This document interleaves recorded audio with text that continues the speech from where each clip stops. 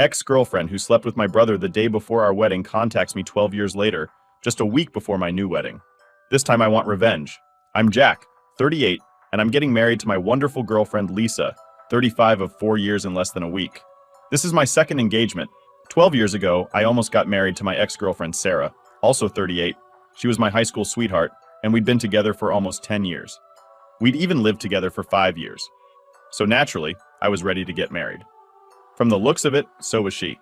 My family loved Sarah, and they were thrilled when I announced our engagement. It didn't happen because just one day before the wedding, Sarah ended up sleeping with my brother Mike, 34. Sarah had told me to spend the night before the wedding at a hotel while she stayed home. She believed that we needed to stay separately to avoid bad luck. And I did what she asked of me. Unfortunately, or maybe fortunately, I had forgotten my shoes back home and had to go back for them a few hours after I had reached the hotel. When I went back home, I was surprised to see that the lights were out in the living room, since Sarah hated turning out the lights while leaving a room. I went in and headed straight to the bedroom, since that's where I'd kept the shoebox because it was special to me when I opened the door to my room. I was greeted with the worst thing I'd ever seen. Sarah was lying in bed with my brother and was so caught up in their act that they barely even noticed that I'd entered the room. Only after a few seconds did they notice me, but I literally froze up and had no idea how to react. My world came crashing down around me, and as soon as I realized what I had witnessed, I made a run for it while Sarah called after me. I drove back to the hotel, hyperventilating and panicking, and straight up refused to believe what I'd seen. I was supposed to get married the next day, so this was just insane. It took me a while to compose myself once I got to my room, and when I finally managed to calm down, I ended up sobbing for at least an hour. Thankfully, I hadn't told Sarah which hotel I was in, so she couldn't get to me and could only text me, which is what she did. She sent me a bunch of apology texts and tried to convince me that this was just a one-time thing, but I highly doubted that. She also said that the wedding was freaking her out, so she needed to blow off some steam, and my brother had always been there for her, so she didn't know whom to turn to. I could hardly believe that she was even trying to explain herself after what I had seen and blocked her immediately.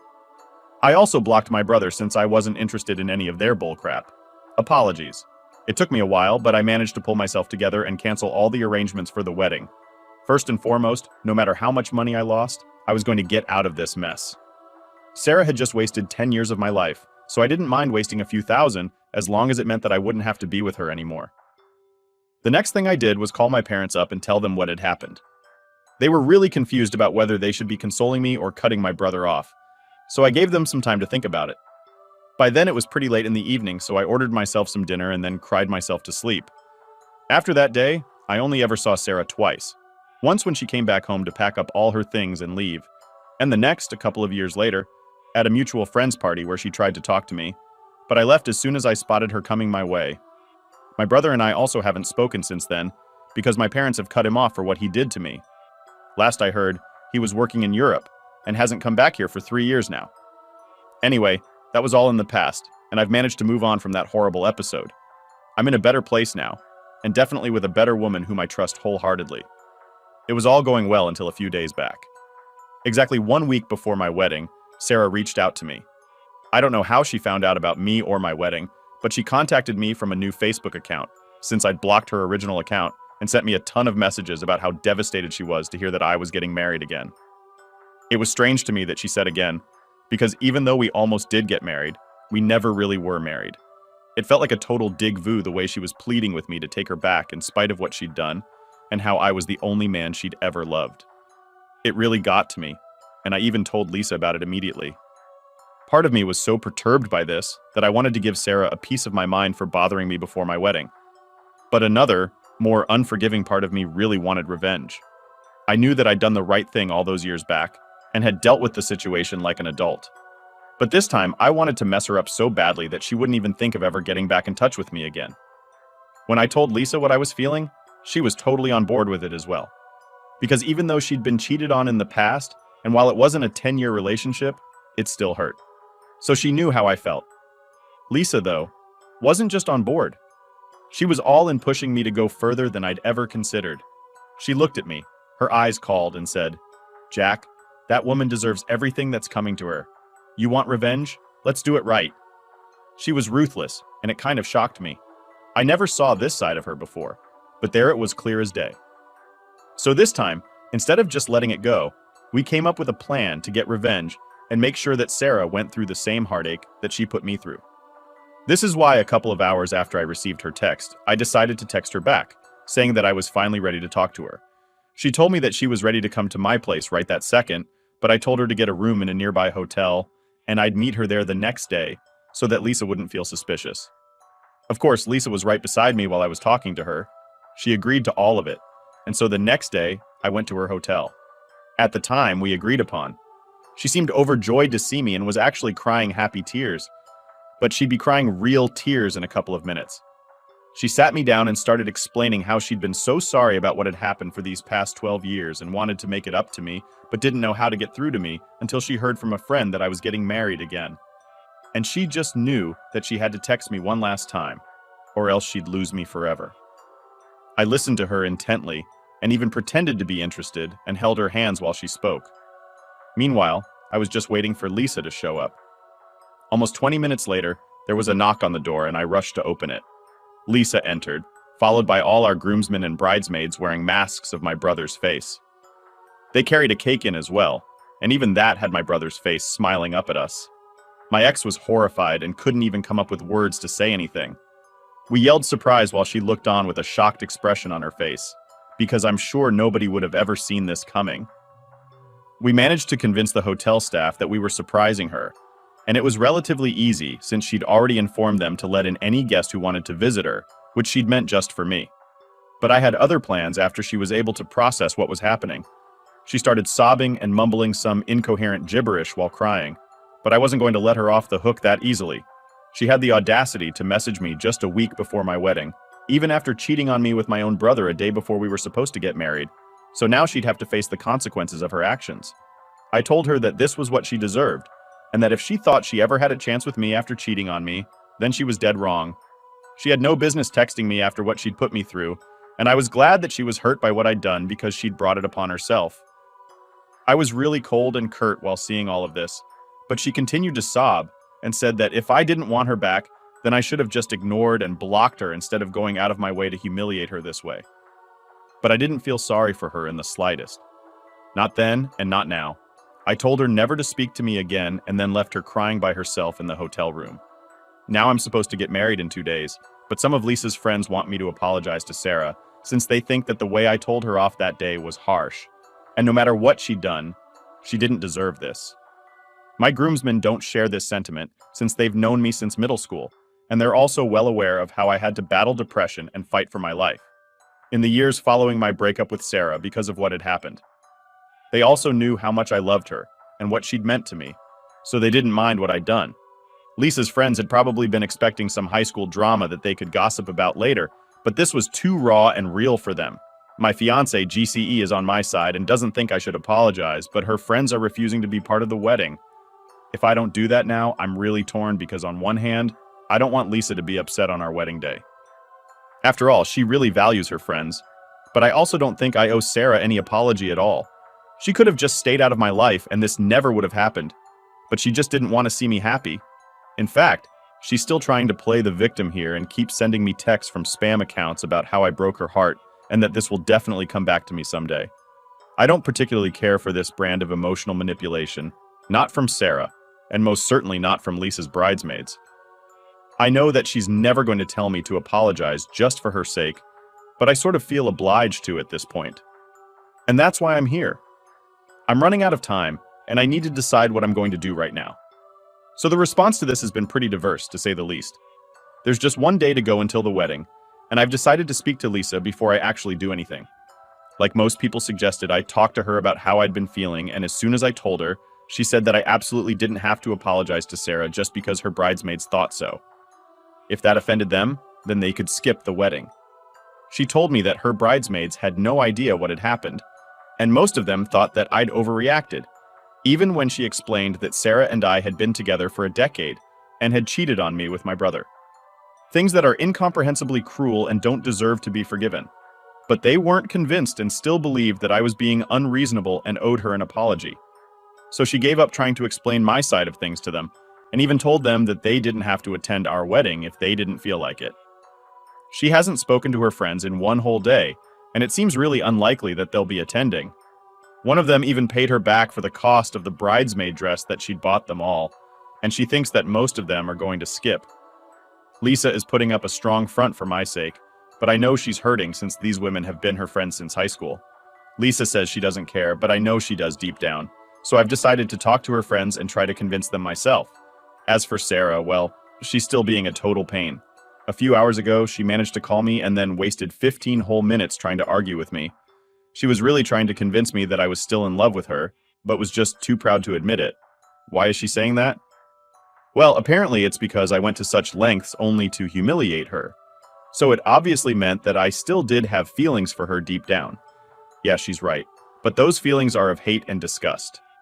For whatever reason, she believes that I just wanted to see her one last time, which is why I'd held her hands while she was talking. But honestly, that was just a shocker. Even more, I literally laughed in her face while talking to her, hoping that she'd get the hint. But she kept on blabbering about how we were soulmates and that I needed to call off the wedding before I made a huge mistake. Honestly, the only reason I'm even entertaining any of this is so that she doesn't end up doing anything stupid. I've been trying to get through to her parents so they can take her away, but haven't been able to get through. So I'm just waiting for them to respond. After that, I'll finally be able to get rid of her once and for all. Don't get me wrong, I still hate her, but I also don't want her to hurt herself. I'm not that inhuman. Hey guys, so we're officially married now. It's been a couple of days since the ceremony, and I still can't believe it. She's now my wife. I'm thrilled. But unfortunately, there's still sad news. Her friends ended up not showing up to the wedding, despite my attempts to get them to come. I personally called each of them up to explain why I'd done what I'd done, and why I didn't want to apologize. But they didn't care much for it. Even when I asked them to attend just for Lisa's sake, they weren't too hot on it. It just seemed bizarre to me, because I'd surely attend a friend's wedding, even if I didn't particularly like the person they were getting married to. I only learned the real reason yesterday when Lisa finally confessed that she'd had a feeling her friends wouldn't attend. Whether or not I apologized, simply because she'd refused to do what they'd asked of her and had disagreed with them. They didn't like that one bit, and believed that they were all one unit, so they always needed to have a united front. These were her friends from high school, and while she'd managed to somehow retain them throughout the years, because they never really had anything important to disagree upon, this was the first time that their friendship was tested, and she decided to choose me over her friends, which they didn't like at all. She said that she was a little upset about it, but was too embarrassed to admit it because it was also juvenile. I didn't mind though, since at least now I was sure that this wasn't really my fault, and her friends were just self-centered. My wife even said that part of her was glad that they'd refused to attend because she could finally stop trying to fit in all the damn time and could live life on her own terms without constantly having to seek her friends' approval. So, that was good for us, I suppose. Also, my ex's parents finally responded to me on the evening before my wedding. I hurriedly explained what their daughter had tried to do and how they needed to get to the hotel she'd been staying in and take her back with them for her own safety because she was being really psychotic and delusional. And I didn't think it was okay for her to be on her own. As it turns out, they'd been on a hiking trip where they had no network. But now that they were back, they promised me that they'd come to take her back as soon as they could, and even thanked me for informing them. I haven't heard from them since, but I'm guessing they got her back home safely. Hi guys, it's been a week since my wedding, and unfortunately, it's been nothing but drama so far. As I mentioned, my ex-girlfriend or her parents hadn't been in touch with me since the last time I spoke to them. I'd assumed that they'd take her home, but apparently not. 2 nights ago, there was a knock at our door, and since it was really late, my wife and I had no idea who it could be because we weren't expecting anyone. I made the mistake of opening the door before looking through the people. And when I opened up, Sarah pushed past me and walked in with her bags. My wife was sitting on the couch and literally sprang to her feet as soon as Sarah walked in. I was about to ask her what she was doing in my house, but before I could say anything, she told me that she was here to stay. She told me that her parents had come to bring her home a few days back, but she'd refused to go since she knew that I would take her back soon. Lisa and I were stunned and had no idea how to react because of how crazy all of this seemed. She told me that her parents had tried to force her to go back with them, but she'd had a huge fight with them and ended up staying at the hotel. But now she was running out of money, so she decided to move to my place instead. The reason was that if I spent enough time with her once again, then I'd be reminded of the past and I'd fall back in love with her once more. I absolutely had no idea how to react simply because of how bizarre all of this was. My wife tried to speak to her, but she ignored her presence altogether and continued speaking to me, demanding that I let her live with us. I told her as gently as I could that I was a married man now, and she couldn't just show up here to live with me. But she said that she didn't accept the wedding, so in her eyes, I was still unmarried. I couldn't believe that this was happening, but neither did I have the heart to kick her out because honestly, she seemed seriously unstable, and it appeared to me that she needed help. Lisa, on the other hand, wasn't having any of it. She snapped at Sarah, saying, "You're out of your damn mind if you think you're staying here." Jax moved on. "Get a grip, Sarah." The look on Lisa's face was ice cold, and I could see that she was just about ready to throw Sarah out herself. So I sat Sarah down and told her to wait in the living room while I went to the bedroom with Lisa to discuss what we should do next. Thankfully, my wife was also quite sympathetic and knew that there was something seriously off about how Sarah was behaving. She needed serious professional help, and we realized it. I tried to get through to her parents, but they didn't accept my calls and texted back saying that they couldn't force her to come back anymore and she was clearly too psychotic to live with them. So she was on her own now. They were clearly embarrassed by her, and it was shameful how they were ready to just abandon their own daughter once they realized she was going through something with no other option left. I decided to call my own parents, who showed up within half an hour. My ex had fallen asleep on the couch in the meantime, and that was really lucky. Since when my parents arrived, we decided to take her to a therapist as soon as possible, because there was no telling what she was capable of doing at this point. My wife and I let her stay that night because honestly, neither of us could bring ourselves to hate her anymore because of how sad the whole situation was. Clearly something had snapped in her mind and she needed to be treated for it at the earliest, and the poor woman didn't even have her parents to count on anymore. My parents and I took her to the hospital the next day, and she was still rambling about how she was glad that I was finally coming around and had even started planning our wedding. We took her to see a mental health professional, but she refused, saying that she felt perfectly fine. Anyway, after a lot of struggle and complications, the doctors managed to calm her down with some meds and administered some drugs to her that I don't remember the names of.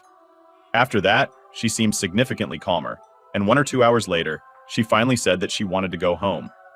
I brought her home and we let her rest in a room while my family and I sat in the living room thinking about what to do next. My wife and I were really relieved when she said that she wanted to go home now and even helped her pack her stuff in the trunk of our car. We drove her home together. She was silent throughout, and so were we. Because what could we even say in a situation like this? Once she got home, she apologized to both of us for the trouble that she'd caused, and said that she was ashamed of everything that had happened.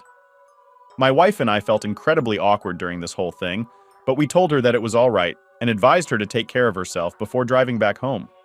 I didn't know if it would help or not, but I did contact Sarah's mother and filled her in on everything that had happened, and I guess that finally made them realize the gravity of the situation.